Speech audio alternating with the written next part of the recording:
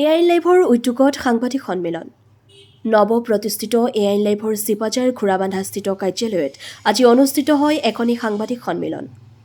এআইন লাইভৰ সম্পাদক নৱ কুমাৰ শইকীয়াৰ পৰিচালনাত অনুষ্ঠিত এই সাংবাদিক কৰ্মশালাত জ্যেষ্ঠ সাংবাদিক কলাইগাঁৱৰ ইমৰান হুছেইন, ওদালগুৰি জিলাৰ ভূঞাঘাটৰ বাপন শৰ্মা, দেওমৰনৈ নৱজিৎ শৰ্মা, এআইন লাইভৰ CEO ৰাইজুল হক চৌধুৰী, অধীক্ষক ছাজিদ মাহমুদ উপস্থিত থাকি বক্তব্য ৰাখে।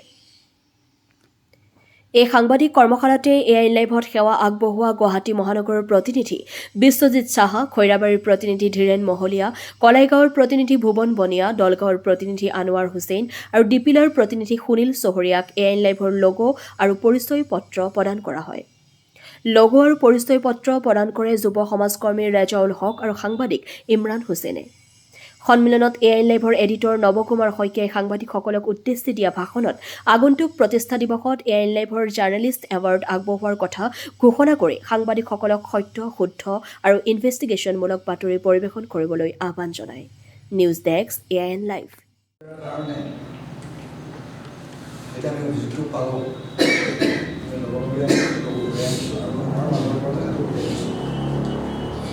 আহি থকা দিনত যাতে আমি তেনেকুৱা আমাৰ পৰিয়ালৰ প্ৰতিনিধি হিচাপে বুলি কোৱা নাই, আমাৰ পৰিয়ালৰ যিকোনো মেম্বাৰৰ ক্ষেত্ৰত যাতে তেনে অভিযোগ আমি নাপাওঁ।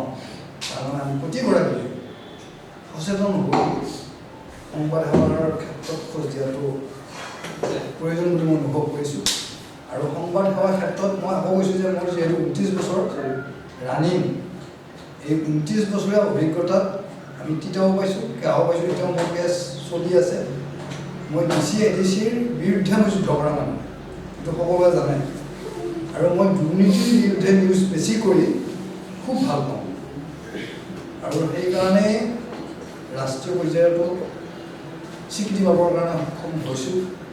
নাজানো সেই যোগ্যতা মোৰ আছেনে নাই, কিন্তু মই এতিয়াও মই সদায় যুদ্ধ কৰি ভাল পাওঁ আৰু মই দৌৰি ভাল পাওঁ। আৰু মই যিহেতু নিজে দৌৰি ভাল পাওঁ, গতিকে মোৰ পৰিয়ালৰ যিমানখিনি সদস্য আটাইখিনি দৌৰিব পৰা হ'লে মই বেছি আনন্দ পাওঁ।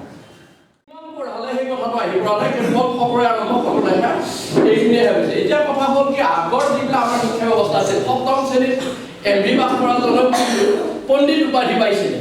কিন্তু আজিকালি পণ্ডিত উপাধিটো এতিয়া ক'তো মই বা নাম পোৱা শুনা নাই। হেডমাষ্টাৰ বুলি জানে, এতিয়া চব বহুত মাষ্টাৰ SSCটো কথা বেলেগ ধৰণৰ কথা। গতিকে আমাৰ আগতে এটা LTC বুলি আছে, তাৰমানে বিদেশ ভ্ৰমণ এটা বিধায় মূল্য বৰ বেছি, ইংৰাজী বৰ বেছি মই নাজানো। এতিয়া LTCটো কি বুজাইছিল মানে চৰকাৰী কৰ্মচাৰীসকলে এটা বিদেশ ভ্ৰমণৰ সুবিধা দিছিল, সেইটোকে LTC বুলি কয়। তাৰ ফুল মিনিংটো মই এতিয়া নাজানা নাই। কিন্তু MB পাছ কৰা কেইগৰাকী শিক্ষক আমাৰ তাৰ পৰা বিদেশলৈ গুচি গ'ল, বিদেশ ভ্ৰমণ উৰিষ্যা এনেকৈ গ'লা। এই MB পাছৰ ল'ৰা-ছোৱালী বা হেডমাষ্টাৰ কিবা এনেকৈ গৈ থাকোঁতে তেওঁলোকে বহুত একো নাজানে, কেৱল টিকেট পাইছিলে, গৈছে। গৈ থাকোঁতে ঠিক উৰিষ্যা গৈ নাপাওঁতে আমাৰ এই 7গৰাকীৰ এজন ঢুকাই থাকিল, এগৰাকী ঢুকাই থাকিল। যে ঢুকাই থাকিলে তেওঁলোকে একো উদ্দিক একো নাপালে, কি কৰিব কি নকৰে। তেতিয়া এইবিলাক মোবাইলৰ যুগ নাই, চিঠিৰ যুগ নাই, কিবা এটাই বস্তু আছে সেই সময়ৰ টেলিগ্ৰামটো, একে ইমাৰ্জেঞ্চিটোৱে হৈছে টেলিগ্ৰাম। এতিয়া চিঠিৰ কথা বহুতে নাজানে, কিন্তু আগতে বিয়াৰিং চিঠি আছিল, ৰেজিষ্টাৰ চিঠি আছিল, টেলিগ্ৰাম আছিল। আজিকালি নতুন প্ৰজন্মই এইবিলাক শব্দ কিন্তু জনা নাই। আমি চিঠি কৰিছিলোঁ, লাক্সা বনাই গাটো ধৰা দাদা, পানীত নামাৰিবা, মূৰ অবিহনে যাকেই ভাল পাবা তাৰে হিচাপে মূৰ। ঘৰত যদি অকলে আছা আলু পুৰি খাবা, মূৰত যদি মনত পৰে চিঠি উত্তৰ দিবা। আম গছৰ পাত, তেতেলী গছৰ চিৰা, দাদাৰ টুকুৰ লিখা আছে, মেৰিনে বিয়াৰ দিয়া, এইবিলাক মানে ধুনীয়া বিশেষ দ্ৰষ্টব্য কিছুমান আমি কিমান আকৰ্ষণ কৰিব পাৰোঁ, এইবিলাক মানে শব্দবিলাক আমি লিখিছিলোঁ। গতিকে ঘৰত যদি অকলে আছা আলু পুৰি খাবা, মোলৈ যদি মনত পৰে দাদা চিঠি উত্তৰ দিবা। গোলাপ ফুল ছিঙিব নোৱাৰা দাদা সাহিত্যৰ পৰা, প্ৰেম কৰিব নোৱাৰা দাদা মা দেউতাৰ পৰা, এইবিলাক কথা।